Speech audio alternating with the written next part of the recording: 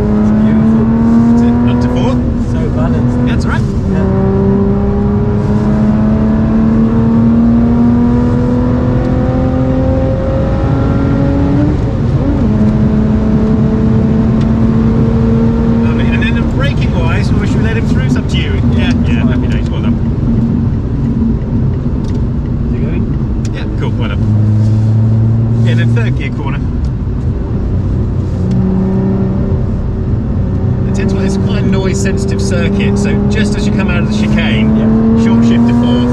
Okay. So nimble. Yeah, steering's lovely, isn't it? Yeah.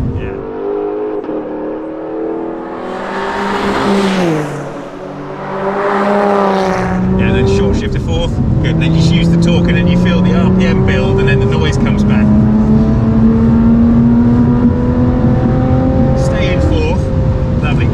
To that red arrow, stay wide here, Imran, that's it, then look into corner, miss the first apex by a car's width, balance throttle, relaxed arms.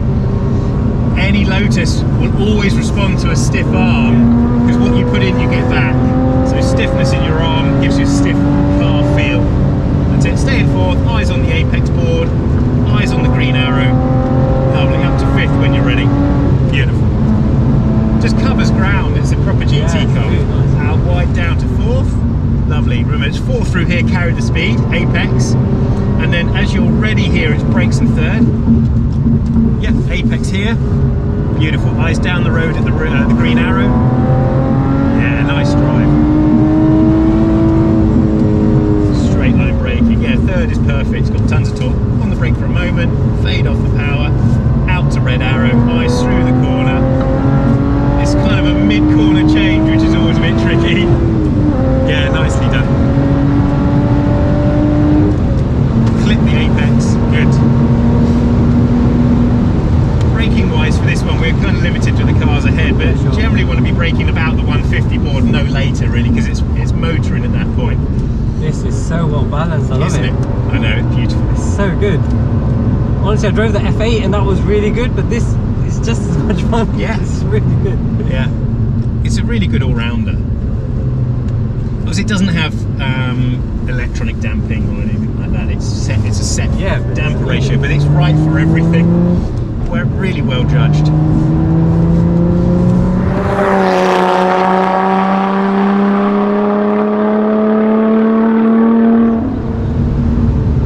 Cool. So we're staying fourth, out wide, and just keep those arms relaxed. You know, just remember shoulders. It's all from the wrists and the fingertips. Okay. What you put in is what you get out. Pass the noise meter, shift to fifth for us.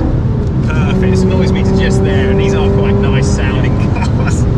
Good, eyes into apex, balance throttle, carry fifth. You see what I mean about the steering ratio? Yeah, just very light influence. Yeah, just the right amount of effort, and the ratio's just spot on. Good, out wide, good, eyes in, balance throttle. Now we'll stay in third for the next corner. Brakes, brakes, good. There's a red flag, but I think that's for lunch. And fourth. Good. And brakes. Good. Keep the brakes on a moment. Just keep them on a moment, just because it does nip on you that corner. and just as it tightens, it goes off camber. There's one to watch. So red flags will stay behind them. Yeah, Well done. that's really good. Sorry, it was a slightly short run. Well, it was 3 laps. But Yeah, that's good. Gearbox is really nice, isn't it? Yeah, really direct. Yes, I like it. The way that honestly, I didn't think this car was this good. It is really well balanced. the way that all that stuff with Lotus matters. Yeah, And then they go to such lengths to make sure the steering feels right, the diameter of the steering is right, the clunk in the box is correct. You know, it shouldn't be too notchy, but it shouldn't certainly be that there's no feel that you're doing something mechanical, you know. So it's about giving you the right amount of isolation, but almost none, you know. There's no rubber bushes all the way up the steering column. So again, even though it's hydraulic power assisted, I see what you mean about the assist. It's just the right amount. Kind of, it feels heavy, but not too heavy. Yeah. So even if you did a long drive in it, you wouldn't feel tired at the end. Yeah. The Exige obviously is a totally different animal in that it's got no power assistance whatsoever. Yeah. I really enjoyed that. Thank you. No, I love this thing.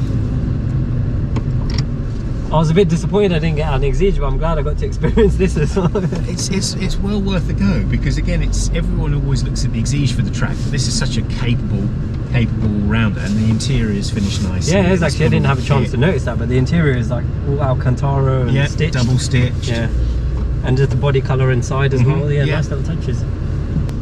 This for me is the Lotus you would have every day. Yeah, but it's still good on the track as well. 100%. Yeah. I'm guessing that's very compromised on the road. The Exige. It's not as compromised as you might think. It's really still a road car you can use every day, but it has, you know, it's got much higher sills, it's much stiffer suspended, it's got no power assistance in the steering, obviously there's less sound deadening. So if you're a bit more hardcore, you'd do it every day. Yeah. But I think if you just wanted something to drive home from work in, this would be the one. And then still use it on the exactly. and the weekends. Yeah, and the other thing you'll notice also is a lot of people think this is the Elise Exige chassis. It's not. It's not. If you look at the sill height, and then you look at the sill height of the Exige, the sill height's up here. Okay. Because these have all got fixed roofs, where the Exige, as you can see, has a clip-in canopy. Yeah. This has got much more body stiffness throughout the cockpit, whereas obviously, so it doesn't need that big sill. It's just getting in and out is much more easy. No, right. I enjoyed that. Thank you. Pleasure. So as you can see from that video, I had a right hoot with the Evora around the track. I was slightly disappointed I wasn't out in the Exige, and I hope to get out in one of those at some point because I've never driven one.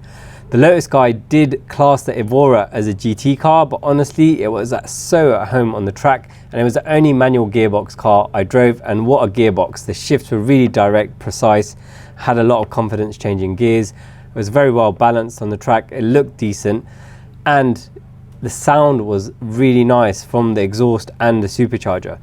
I'm really surprised that the Lotus Evora does get overlooked as much as it does, because I think it's a real contender for something like the Cayman. I've heard it's something to do with the way Lotus sell them, so they don't have their own finance company, so they can't give the same good deals that other manufacturers do. I do hope to get out in an Exige at some point, but for now, thanks to Lotus PR for letting me go out in the Evora, and the Goodwood day was absolutely amazing, and we do have some more track videos to come, so stay tuned for those. Thank you so much for watching, guys. If you liked the video, please give us a thumbs up, and if you haven't already, please remember to subscribe to the channel and turn your notifications on.